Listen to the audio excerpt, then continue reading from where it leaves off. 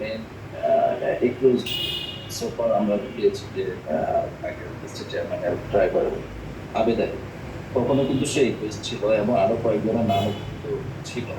তো ওই জিনিসটা আসলে যে প্রশ্নপত্র ফাঁসের ইস্যুটা কিন্তু এক্সপোজড এবং আপনার এটা মামলায় বিচারাধীন ছিল এবং বিচারের কিন্তু এখন শেষ হয়নি।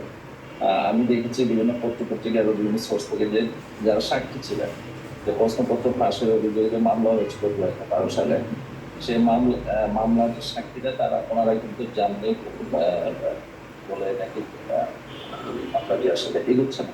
তো মোটা কথা হচ্ছে আসলে এই ইস্যুটা অবশ্যই জানতো এবং জানার প্রেক্ষিতে মামলা হয়েছে, কিন্তু আহ, আহ, দুঃখের কথা বা যেটা কনসার্ন বাংলাদেশের জন্য দেখেন যে ওভার দ্য ইয়ার্স 2012 থেকে এ পর্যন্ত নন আমরা যে জানা আমরা জেনেছি বা এই কোশ্চেন এর ইস্যুটা আপনার ফর্মাল ওয়েতে একটা এক্সপোজ হয়েছে, তাও আপনার আজ থেকে 12 বছর আগে। তো আমরা হয়তো জানি না বা এটা এক্সপোজ হয় না, তার আগেও কিন্তু এটা ঘটে থাকতে পারে বলে অনেকে